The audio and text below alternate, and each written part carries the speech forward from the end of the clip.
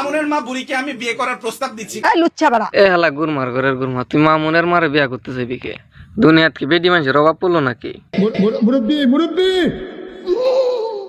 তো বন্ধুগণ, নতুন একটা ভিডিও লয়ে, আর আজকের ভিডিওটা হতে চলেছে প্রিন্স মামুনের মাকে বিয়ের প্রস্তাব দেওয়া সেই ডান্ডা চারা সান্ডাকে নিয়ে।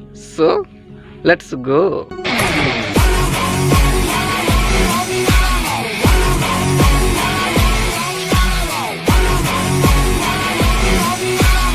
আমি পুরুষ কিনা এটা প্রমাণ করার জন্য এই বুড়িকে বিয়ের অফার দিলাম। এই গুরমা বলে পুরুষত্ব প্রমাণ করার লাগে বুড়ে বেটে বিয়ে হতো। তুই যে গুরমা, এটা সত্য হইতেইলে।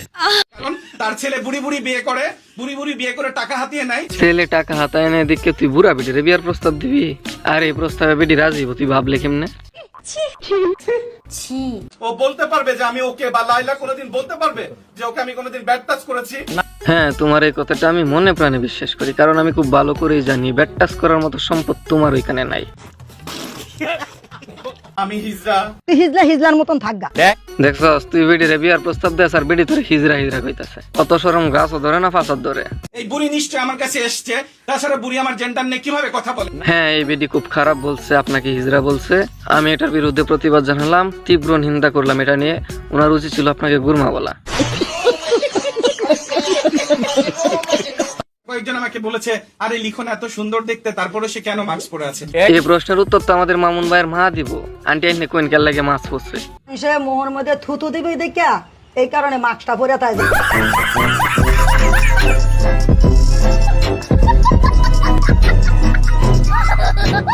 আল্লাহ, এই বেটি দেহির আবার হাসা কথা কই দিছে। এক না অত হাসা কথা কইন করে, হাসা কথা বেশি বেশি কোয়া বালা না। নিঃসন্দেহে তুই ঠিক কথা বলেছিস। কোন ধরনের এক্সপোজ করছে মামুনের মা? মামুনের মা খুবই খারাপ কাজ করছে, আপনারা এক্সপোজ করে দিছে। এটার জন্য আমরা সবাই প্রতিবাদ জানাই। যেখানে বুড়ির ক্যারেক্টার খারাপ, এই বুড়ির ক্যারেক্টার খারাপ মানে এই বিডির আবার কি হলো? সুমনের সাথে মামুনের মায়ের পরকীয়ার সম্পর্ক, তাতে তোর সমস্যা কি? আর এই বিডির আরেক বেটার লগে সম্পর্ক জানি না, তুই এই বিডির কেমনে বিয়ার প্রস্তাব দিলি? তুই কি লেগে আয়ার মাঝখানে নাক গড়াইতে আসস? আসলে এই ডান্ডা ছাড়া ঠান্ডাটা একটু বেশি নাক গলা, এবং পাইতে বই দেয় কুম্বালা মামুন একটা কাম করবো আর এই ডান্ডায় যায় নাক গলাইবো। সঠিক বলেছেন। মামুনের সাথে আমার প্রিভিয়াস ডেতে ভালো রিলেশন ছিল। বাবা রে, খুব ভালো সম্পর্ক আছেন, তাহলে মামুন এর মন থেকে গুনতাইছেন করে? লিখনের সাথে আমার কোনো সম্পর্কই নাই, হিজড়াকে আমি চিনি না। আমার আপনাদের সাংবাদিকদের মধ্যেও তো অনেকের প্রাইভেট পার্ট বড় বড় দেখতে পাচ্ছি, আমার সামনে আছে। এ মগা, তুই ঢির আবার কি কইলে? সাংবাদিকদের প্রাইভেট পার্ট বড় বড় মানে? চেস্ট বলেন আপনারা, এটা তো আপনাদের সাংবাদিকের আমি কয়েকজনের দেখতেছি আমার চেয়ে বড় বড়। কি আছে, একেবারে জায়গা মতো দিছে। লজ্জা শরম থাকলে আর এর ইন্টারভিউ লইতে দিত না। ঠিক। তুমি তোমার সংসার তুমি আইসা বুঝা নাও। আরে আন্টি মোহনা যদি না আয় তাইলে আমরা লাইল আন্টিরে লই আইন। বেডির একবার কয়ে দেখুন লঙ্গি কান্দ লইয়া দূরে আইব।